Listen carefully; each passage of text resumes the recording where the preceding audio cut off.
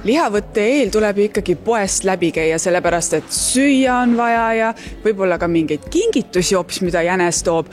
Ja no kui poodi jõuad, siis esimese asjana jõuadki tegelikult lilledeni, sest kevadlilli ostetakse ka päris palju ning siia klassikalisse Eesti ostukorvi lähebki üks tulbikimp. Nii. Pikk nädalavahetus on ees ning tähistamiseks laotakse ostukorvid täis head ja paremat. Selgub, et inimestele meeldib enda kodusid lilledega kaunistada, kuid ostukorvi jõuab ka palju muud. Munadepühade aeg tuleb ju munega värvida ja jõudsingi juba järgmise leti juurde. Võtame siit ühe mingisuguse kleepsu variandi ja mis siin veel on? Siin saab ise vist maalida, aga võtame päris värvid, klassikalise muna värvi. No muidugi, kohupiim, pühade toiduaine number 1 vist tegelikult. Pakkumises ka veel nädala hind ja jänkud kõrval. Nii tavaline, klassikaline ja muidugi ka rosinaga läheb siis ostukorvi. Kohupiima kogused kasvavad seal ka 50%, kõik võimalikud pühadaelised maiused, need me tellime ette ära juba eelmise aasta maikuus, ehk siis üritame ette prognoosida, mida kõik inimesed osta tahaksid ja kui palju. Pühade kõige tähtsam asi on muna, sellepärast et mune ju tuleb värvida. Ja siin on tõepoolest letid täis mune, aga vaatame, kas valgeid mune ka on või no näed, siin on valge muna, vaatame, mis siin on. Siin paistavad pruunid munad. Siin tuleb natuke sorteerida, et mida jälle pruunid, et kus neid valgeid ikkagi saab. Vaatame, näed jälle valged munad. Nüüd hetkel tundub, et mune on küll ja veel. Suured valged munad Eestimaa kanadelt. Pakk läheb muidugi värvimiseks ka ostukorvi. Kui lihtne või keeruline on prognoosida seda, et kui palju neid valgeid mune vaja on?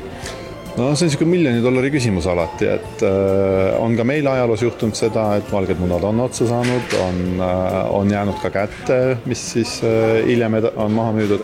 Kui juba ostmiseks läheb, tasub ju praeguste hindade juures otse loomulikult võrrelda, et kust kohas saab ikkagi soodsamalt. Näiteks vaatame munad üle, et milline võiks olla kõige soodsam pood, kus ikka hunnikus neid munade pühaks kokku osta.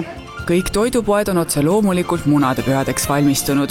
Koopia andmetel on nende poodides juba lihavõtete eel kanamunade müük kerkinud lausa kuni 70%. Ka Prismas müüakse neil päevil kuni 3 korda rohkem mune.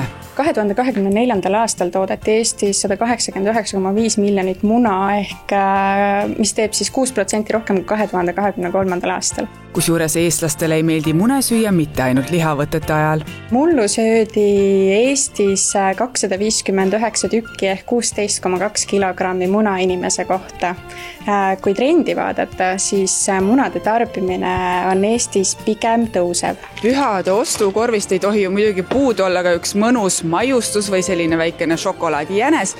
Kui vaadata siia, siis vaikselt hakkavad siin need munade ja šokolaadi kujukeste letid juba või kastid tühjaks saama, aga me paneme ikkagi ühe jänku ka veel ostukorvi. Jänkud juba valmistuvad aedadesse ja kodudesse üllatuste peitmiseks. Mõnes poes on jänkud aga hoopiski ise ennast ära peitnud.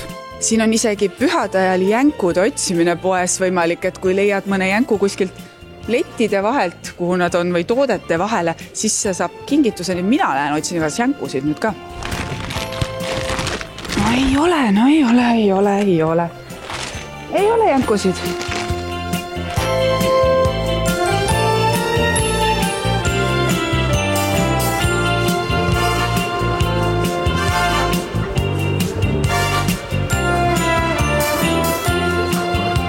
Lapsepõlves oli tegelikult üks põnevamaid asju munadepühade juures see, et sai jänese toodud mune ja kingitusi otsida ja nüüd mina siin otsin täiskasvanuna keset poodi, aga jäneseid seekord mitte mune, nii et tuleb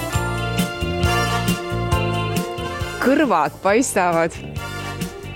Leidsingi jänes üles. Palju õnne. Nüüd saan veel kingituse ka, nii et munadepühad minu jaoks juba on olnud päris edukad.